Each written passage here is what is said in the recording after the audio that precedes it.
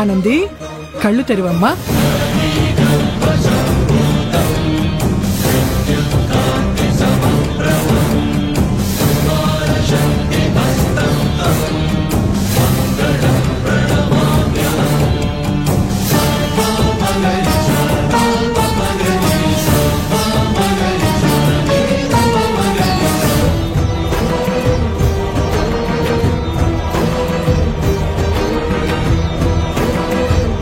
ఏంటి అలా చూస్తున్నావు?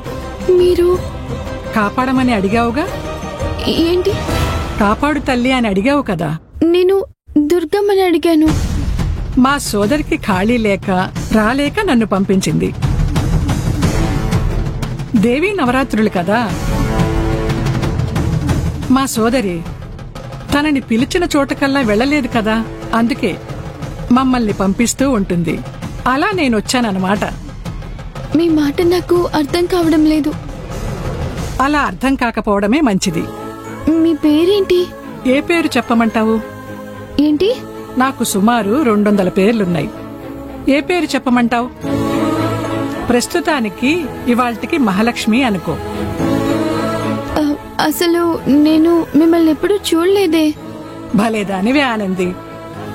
నేను నిత్యం అందరి చేతుల్లోనూ ఉంటాను. ఆనంది,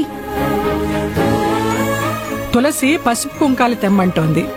పూజకి వేళయింది, వెళ్ళమ్మా. మీకు తులసి పేరు ఎలా తెలుసు? అలా తెలుస్తూ ఉంటాయిలే, పద.